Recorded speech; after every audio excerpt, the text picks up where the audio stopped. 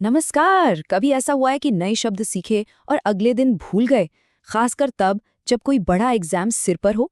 आज हम रट्टा मारने वाले तरीके को साइड में रखकर एक मजेदार कहानी के जरिए शब्दों को याद करने का एक बहुत ही असरदार तरीका देखने वाले हैं। ये सवाल तो लगभग हर किसी के मन में आता है ना। जब कॉम्पिटिटिव एग्जाम्स की तैयारी चल रही हो तो इतने सारे नए शब्द याद रखना अपने आप में एक चैलेंज बन जाता है। पर फिक्र मत कीजिए, आज हम इसका एक बढ़िया सोल्यूशन निकालेंगे।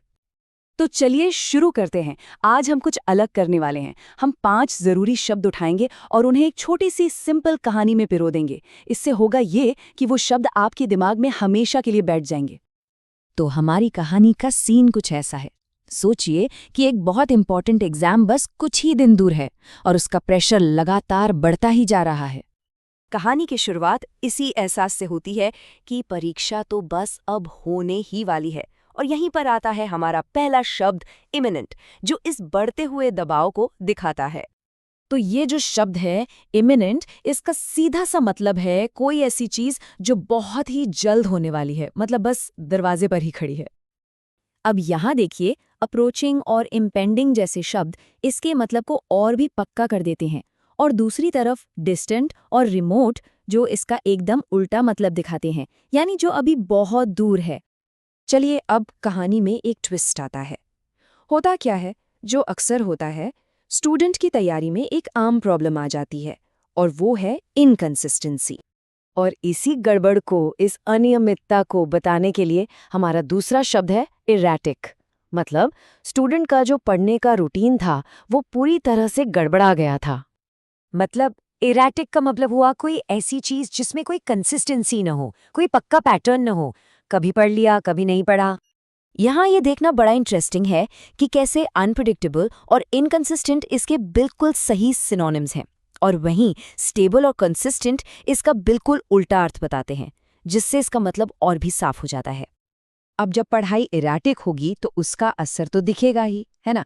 नतीजा ये हुआ कि मॉक टेस्ट में स्कोर गिरने लगे, और इसी गिरावट के लिए हमारा अगला शब्द है प्लमटिंग। देखिए, प्लमटिंग का मतलब सिर्फ गिरना नहीं होता, इसका मतलब है अचानक और बहुत तेजी से गिरना। ये ऐसा है जैसे कोई चीज चट्टान से सीधी नीचे गिर गई हो। ये शब्द स्टूडेंट के डर को बिल्कुल सही तरीके से दिखाता है। जब आप डिक्लाइनिंग और ड्रॉपिंग की तुलना राइजिंग और इंक्रीजिंग से करते हैं तो प्लमटिंग का मतलब एकदम क्रिस्टल क्लियर हो जाता है। ये गिरावट धीमी नहीं बल्कि तेज और ड्रामेटिक है। तो अब कहानी उस पॉइंट पर आती है जहां स्टूडेंट सोचने लगता है कि भाई गड़बड़ी हुई कहाँ, आखिर ये सब हो क्यों रहा है। स्कोर में ये जो अचानक गिरावट आई वो स्टूडेंट के लिए एक मुश्किल पहेली जैसी बन गई, और इसी मुश्किल पहेली को बताने के लिए हमारा अगला शब्द है कनंड्रम। तो कनंड्रम सिर्फ एक प्रॉब्लम नहीं है, ये एक ऐसी उलझन है, एक ऐसी पहेली है जिसे सॉल्व करना काफी मुश्किल होता है।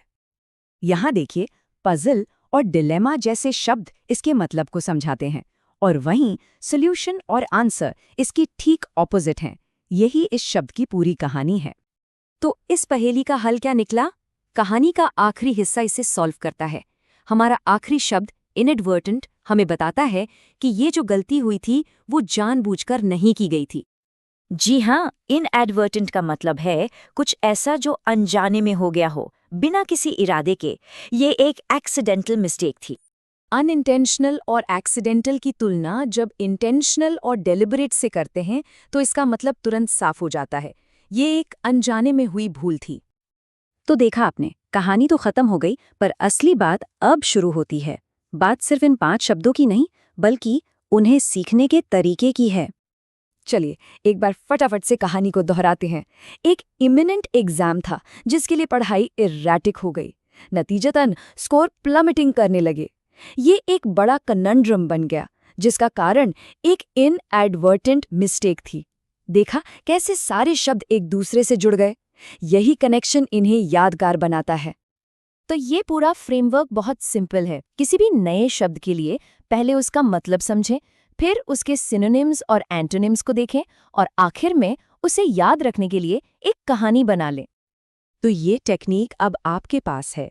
इसका इस्तेमाल करें, अपनी कहानियां बनाएं, और फिर देखिए कि नए शब्द सीखना कितना आसान और मज़ेदार हो सकता है। तो अगली कहानी बनाने की बारी आपकी है।